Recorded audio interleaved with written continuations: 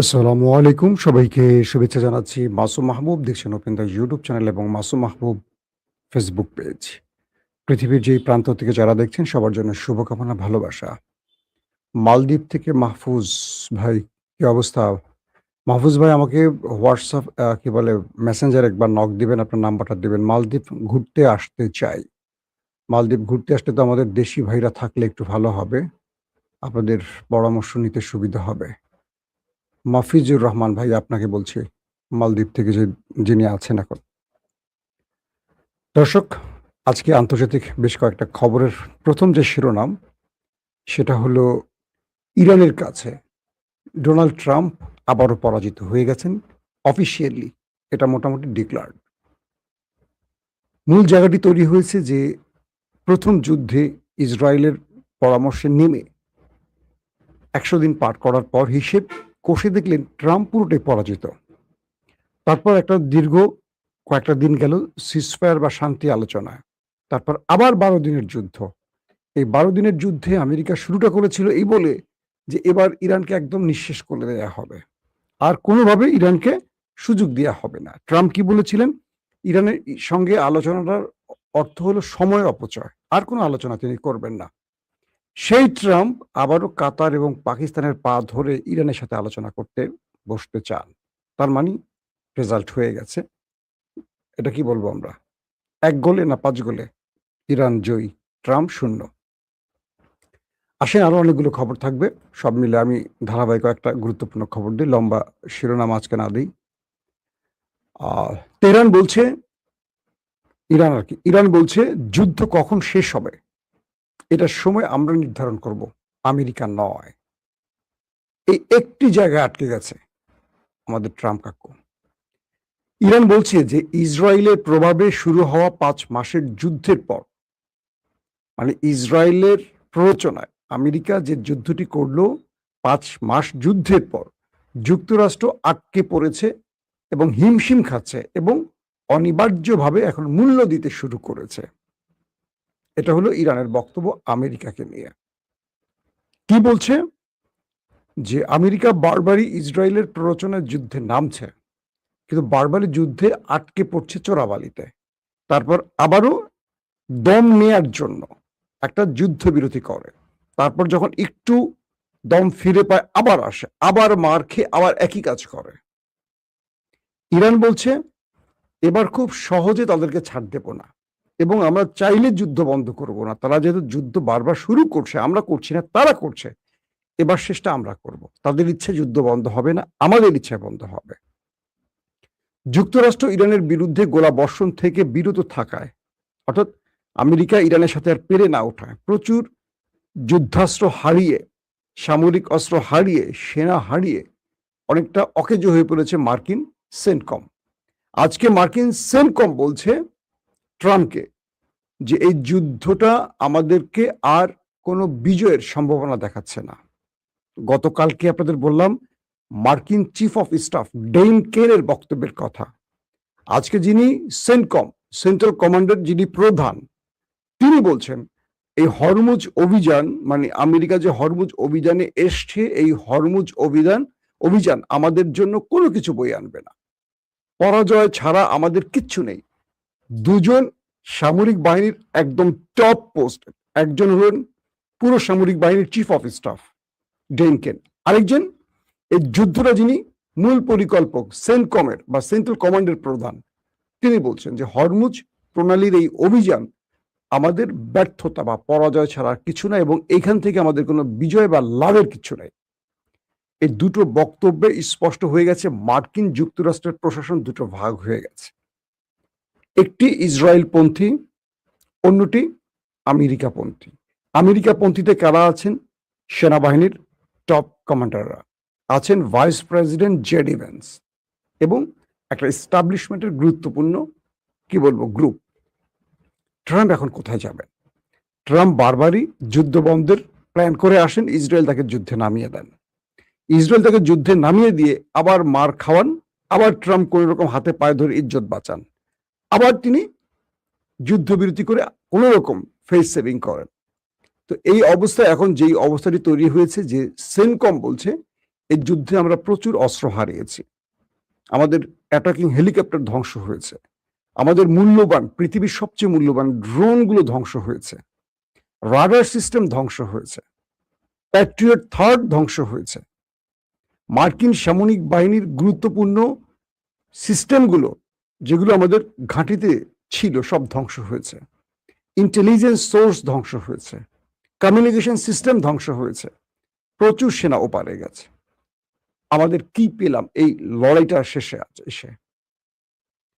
আমরা যখনই আক্রমণ করি, হরমুজ বন্ধ করে দেয় ইরান। আমরা কি হরমুজ খুলতে পেরেছি? পারিনি। কারণ এই হরমুজে কৌশলগত কারণে ইরানকে পরাজিত করা যাচ্ছে না বা যাবে না। আত্মসমর্পণ হয়ে গেল সেন্টকমের। তো বলা হচ্ছে যে আমেরিকা শেষ পর্যন্ত গত 3 দিন ধরে, প্রায় 2 সপ্তাহ ধরে তারা যে লড়াইটা করলো, 12 দিন ধরে যে লড়াইটা তারা করলো, 12 থেকে 13 দিন, সেটা তারা বন্ধ করে দিয়েছে, যেহেতু তারা পারছে না ইরানের সাথে। তো ইরান যখন দেখলো তার উপর আমেরিকার আক্রমণ করছে না, তখন তারাও আক্রমণ বন্ধ করে দিয়েছে আমেরিকার উপর। তো রাষ্ট্রপতি ডোনাল্ড ট্রাম্প সামরিক বাহিনীর গোলা বারুদ কমে আসার যে সংবাদটি বিভিন্ন গণমাধ্যমে আসছে, সেটাকে না বলে দিয়েছেন, বলছেন এটা অস্বীকার করেছেন এক কথা। অর্থাৎ মার্কিন যুক্তরাষ্ট্রের সামরিক বাহিনীর বরাত দিয়ে আমেরিকার গণমাধ্যমগুলো বলছে যে দেশটির ভেতরে, মানে আমেরিকার ভেতরে গোলা বারুদের পরিমাণ কমে গেছে, তাদের মিসাইল স্টোরেজ ইরান ধ্বংস করে ফেলেছে, যেটা একটু আগে বললাম যে তাদের প্রচুর যুদ্ধাস্ত্র ধ্বংস হয়ে গেছে। তো এটি আমি বলছি না, আমেরিকার গণমাধ্যম বলছে, আমেরিকার ইন্টেলিজেন্স সোর্সের তথ্যের আলোকে। তো ট্রাম্প বলছেন গণমাধ্যমে যে সংবাদটা আসছে এটা ঠিক নয়, এটা ভুল, মিথ্যা। যুক্তরাষ্ট্রের মজুদ বিশাল এবং প্রয়োজনের চেয়ে বেশি অস্ত্র এখনো বহাল বা মজুদ আছে তাদের কাছে। তার মানে ট্রাম্প নিজেকে বাঁচাবার জন্য এই মিথ্যাগুলো বলছেন। পিট হেগসেট, ট্রাম্পের যুদ্ধমন্ত্রী, প্রতিরক্ষা মন্ত্রী, পেন্টাগনের প্রধান, তিনি বলছেন যে ইরান কিভাবে আমাদের উপর এত বড় আক্রমণ করছে, কোন তথ্যের আলোকে করছে, কোন মিসাইল তারা ব্যবহার করছে, আমরা বুঝতে পারছি না। যে মিসাইলগুলোকে আমরা ইন্টারসেপ্ট করতে পারছি না, যে মিসাইলগুলো ঢুকে সব ধ্বংস করছে, আমরা টের পাচ্ছি না। আমাদের থার্ড প্যাট্রিয়ট ইন্টারসেপ্ট করতে গিয়ে ক্লান্ত হয়ে গেছে, কিন্তু সঠিকভাবে সেই মিসাইল অ্যাটাক ধ্বংস করতে পারছে না। তাদের খাইবার শেখান বা তাদের আরো যে মিসাইলগুলো, এগুলো এত আপডেট ভার্সন ব্যবহার করছে ইরান এই মুহূর্তে, যেগুলোর সম্পর্কে আমরা আসলে ধারণা রাখছি না।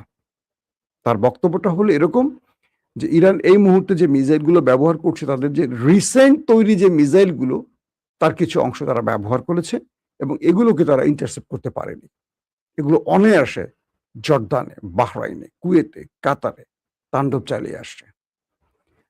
দর্শক, এই পরিস্থিতির মধ্যে ইসরায়েল আমেরিকা এই যুদ্ধ থেকে যেন ফিরে না আসে, এই বিষয়টি তিনি আবারও ইনশিওরের চেষ্টা করছেন। অর্থাৎ আবারও ট্রাম্পকে তিনি বোঝাচ্ছেন যে তিনি, মানে ইসরায়েল আবার ট্রাম্পের সাথে বৈঠকে বসতেছে এবং তার মূল টার্গেট আবার ওই যুদ্ধটা কন্টিনিউ করা। এবং তিনি বলছেন, নেতানিয়াহু, যে আমার সাথে ট্রাম্পের যে বৈঠকটি হতে যাচ্ছে, সেখানে মূল ব্যক্তি, মূল দেশ বা মূল আলোচনার কেন্দ্রটি হবে ইরান। অন্যদিকে নাবলুস, রামাল্লায়, হেভরন এবং পূর্ব জেরুজালেমের মতো গুরুত্বপূর্ণ এলাকাগুলোতে ইসরায়েলি সৈন্য ও বসতি স্থাপনকারীদের অনুপ্রবেশ তীব্রতর হওয়ায় অধিকৃত পশ্চিম তীর জুড়ে অভিযান, গ্রেফতার এবং ঘরবাড়ির ধ্বংসের ঘটনা বাড়ছে।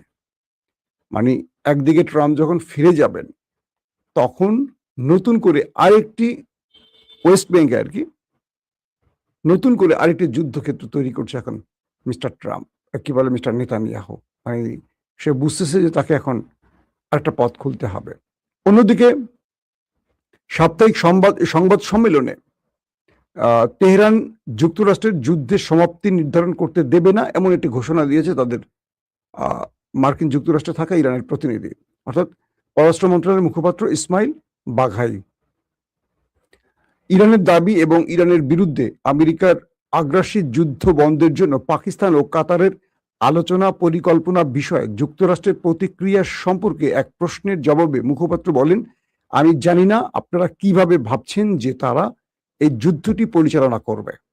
যে যুদ্ধটি ইরানকে আত্মসমর্পণ করতে বাধ্য করার জন্য শুরু হয়েছিল, কিন্তু তারা গত 5 মাস ধরে এই চোরাবালিতে আটকে গেছে। মানে আমেরিকা ইরানকে আত্মসমর্পণে বাধ্য করার জন্য যুদ্ধটা শুরু করে নিজেরাই এখন আত্মসমর্পণে বাধ্য হয়েছে চোরাবালিতে আটকে গিয়ে। ইসমাইল বাঘাই একদম স্পষ্ট কথাটি বলছেন এবং তিনি বলছেন ইরানের সঙ্গে ইসলামাবাদ সমঝোতা স্মারক লঙ্ঘন করে যুক্তরাষ্ট্র 1 বছরে 3য়বারের মতো কূটনীতির সঙ্গে বিশ্বাসঘাতকতা করেছে।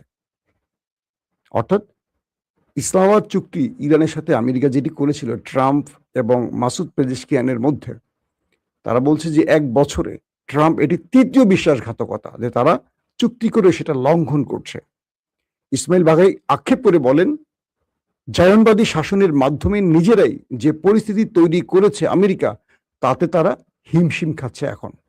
তিনি আরো বলেন, 5 মাস পর যুক্তরাষ্ট্র নিজের তৈরি এক চোরাবালিতে আটকে গেছে, এখান থেকে তাদের আর উদ্ধার হওয়ার সুযোগ নেই বলে তারা আবারও মধ্যস্থতাকারীর হাতে পায়ে ধরে যুদ্ধবিরতি করতে চায়। বাঘাই জোর দিয়ে বলেন, আমাদের জন্য মৌলিক বিষয় হলো জাতীয় স্বার্থ। একটি দেশের বিষয়গুলোর উপর সিদ্ধান্ত গ্রহণ করা এমন কোনো সমীকরণ নয় যেখানে অনেকগুলো অজানা বিষয় জড়িত থাকে। আমাদের জন্য নির্ণায়ক হলো ইরানের নিরাপত্তা ও জাতীয় স্বার্থ এবং এই বিষয়ের সিদ্ধান্তে একটি সুনির্দিষ্ট প্রতিক্রিয়ার মাধ্যমে তৈরি করা বা নেয়া। আমরা আশা করি বুঝতে পারছি বিষয়টি যে ইরান আমেরিকার মূল দুর্বল জায়গা ধরে ফেলেছে এবং এখান থেকে আর নিস্তার নেই আমার ট্রাম্প চাচ্চুর। তারা এখন মোটামুটি নিজেরাই ধোলাই দেওয়ার চেষ্টা করছে ট্রাম্পকে কোন কোন পন্থায়। দর্শক, তো এই পরিস্থিতির মধ্যে আবার সিরিয়া নিয়ে একটু উত্তপ্ত হয়ে উঠছে। সিরিয়া বলছে সিরিয়ার বাশার আল আসাদের পরবর্তী প্রজন্ম আমাদের জোলানি বাহিনী আহমেদ আল সারার, তিনি বলছেন প্রয়োজনে তিনি ইসরায়েলের সাথে বসবেন। এটা নিয়ে অনেক গণমাধ্যম বলছে যে বিশ্বাসঘাতক, দ্বিতীয় বিশ্বাসঘাতক কি জোলানি। আমি এটার উপর আজকে সারাদিন বেশ কিছু আউটলেট চেক করেছি। মূলত এটি একটি কৌশল, রাজনৈতিক কৌশল নিয়েছে আহমেদ আল সারার। তার উদ্দেশ্যটা হলো যে সিরিয়ার বিশাল গোলান মালভূমি দখল করেছে ইসরায়েল, এটাকে ফেরত নিতে তিনি তাদের সাথে একটা চুক্তি করতে চান। অর্থাৎ ইসরায়েলের সাথে এমন একটা চুক্তি করবেন যে চুক্তির মাধ্যমে ইসরায়েল সিরিয়াতে কোনো হামলা করতে পারবে না এবং সিরিয়ার যে অঞ্চলগুলো আজকে না, এটা বহু কয়েক যুগ আগ থেকে দখল করে রেখেছে ইসরায়েল গোলান মালভূমি, জানেন এটা এখন সাম্প্রতিক সময় না। সাম্প্রতিক সময় কিছু অঞ্চলে তাদের সেনা ঢুকেছে, সেখানে আবার তুরস্ক বাধা হয়ে দাঁড়িয়েছে। কিন্তু বর্তমানে জোলানি বাহিনী চাচ্ছে সিরিয়ার গোলান মালভূমি থেকে যে অঞ্চলগুলো ইসরায়েল বহু বছর ধরে দখলে রেখেছে এগুলো ফেরত নিতে। তো এগুলো ফেরত নেওয়ার জন্য তিনি ইসরায়েলের সাথে একটা চুক্তি করতে চান। অর্থাৎ এখানে দুটো কাজ করতে চান, এক ঢিলে দুটো পাখি মারতে চান জোলানি। এক, চুক্তির নাম করে ইসরায়েলকে সরাবেন এখান থেকে, কারণ ইসরায়েল ব্যাপক ডিস্টার্ব করছে সিরিয়াতে। নতুন একটি অন্তর্বর্তীকালীন সরকার তার কাজগুলোকে খুব স্মুথলি করতে পারছে না, প্রায়ই ইসরায়েল হামলা করছে বিভিন্ন পয়েন্ট থেকে, বিভিন্ন প্রক্সি ঢুকিয়ে সিরিয়ার মধ্যে অশান্তি তৈরি করছে। তো এই কৌশলটি নিতে চায় যে একটা আলোচনা বা শর্ত বা একটা চুক্তির মধ্য দিয়ে ইসরায়েলকে সিরিয়া থেকে দূরে রাখা। এক, দুই, গোলান মালভূমিকে ফেরত নেওয়া, যেটা সিরিয়ার মুসলিম ভূমি। তো এই দুটোর জন্য তাদের সাথে একটা চুক্তি করতে চায়। এখন এটাকে আপনি কিভাবে দেখবেন? ধরেন বাংলাদেশের রংপুর বা সিলেট, দুটো গুরুত্বপূর্ণ বিশাল অঞ্চল ভারত দখল করে ফেলেছে, তার শক্তি আছে, দখল করে ফেলেছে। আমার দেশ পারেনি সেটা রক্ষা করতে, দীর্ঘদিন পারেনি। তো ধরেন শেখ মুজিবের সময় চলে গেল, জিয়াউর রহমানের সময় চলে গেল, বেগম জিয়ার সময় চলে গেল, আবারও হাসিনার সময় চলে গেল, কেউ এই ভূমিগুলো ফেরত নিতে পারেনি। তারেক রহমান ক্ষমতায় বসে চিন্তা করছেন যে ওদের সাথে শত্রুতা না করে যদি একটা আলোচনা করে এই অঞ্চলগুলো ফেরত নিতে পারি এবং ওরা আমার দেশের মধ্যে যেই ষড়যন্ত্র, এখান থেকে যদি ওরা সরে যেতে পারে একটা আলোচনার মধ্য দিয়ে, তাহলে দেশের ভূখণ্ড ফেরত এবং দেশের মধ্যে শান্তি শৃঙ্খলা ফিরিয়ে আনার একটা কাজ হতে পারে। ঠিক এই উদ্দেশ্যটা আহমেদ আল সারার, এ পর্যন্ত বিভিন্ন গণমাধ্যমের তথ্যে এটুকু আমি বুঝতে পেরেছি। কারণ আহমেদ আল সারার কখনো ইসরায়েলপন্থী হতে পারে না। যারা বলছেন যে তিনি ইসরায়েলপন্থী, মার্কিনপন্থী, তারা ভুল। তিনি কোন পন্থী সেটা বুঝতে গেলে আপনাদেরকে একটু তুরস্কের তুরস্কের দিকে নজর রাখতে হবে। তুরস্ক কি চাইছে? মূলত সিরিয়া তাই চাচ্ছে যেটা এরদোয়ান চাইছে। আর এরদোয়ান কি চাইছে? সেটা হয়তো আপনারা অনেকে বোঝেন ইতিমধ্যে। তো দর্শক, আশা করছি যে সিরিয়াতে ইসরায়েল যদি চুক্তি করে এটা সিরিয়ার জন্য উপকার হবে। বাট এই চুক্তিটা কখনো বাহরাইন, জর্দানের মতো হবে না যে সিরিয়াতে ইসরায়েল বা ইসরায়েলি সেনা ঢুকে বা মোসাদ ঢুকে এখানে পুরো কবজা করবে, তাদের নিয়ন্ত্রণে রাষ্ট্র চলবে। এটার কোনো পসিবিলিটি নেই, কারণ এই সিরিয়াটা মোটামুটি তুরস্কের কন্ট্রোলে আছে। তুরস্ক তাদের স্বাধীন করে দিয়েছে সকল শত্রুকে পিটিয়ে। যেখানে তুরস্ক সেখানে সিরিয়া থাকবে না, সেখানে নেতানিয়াহু থাকবে না, যেখানে এরদোয়ান আছে। এটা মনে রাখতে হবে আপনাকে। আপনি কার তথ্য, কোন গণমাধ্যমের তথ্য দেখবেন আমি জানি না, মনে রাখবেন যেখানে নরেন্দ্র মোদী সেখানে জামাত থাকতে পারে না। বিএনপি, আওয়ামী লীগ থাকতে পারে, কিন্তু জামাত থাকবে না, কারণ ভারতের প্রধান শত্রু হলো জামাত ইসলাম। ভারত জানে জামাত ইসলামের উদ্দেশ্য কি, আর বাকি রাজনৈতিক দলের উদ্দেশ্য কি সেটা ভারত ভালো করে জানে। তাই তাদেরকে 5 বছর পর অন্তর অন্তর ক্ষমতায় একজন একজনকে বসাবে, কিন্তু জামাতকে বসাবে না, ইসলামী দলগুলোকে বসাবে না। তো কি করে আহমেদ আল সারারের মতো একজন ইসলামপন্থীকে এই ইসরায়েল মেনে নেবে? তো এখন যে আহমেদ আল সারার, তিনি খুব পড়াশোনা করা একজন লোক, তিনি একটা রাজনৈতিক অসাধারণ চাল দিয়ে বর্ষতা স্বীকার করতে বাধ্য করা।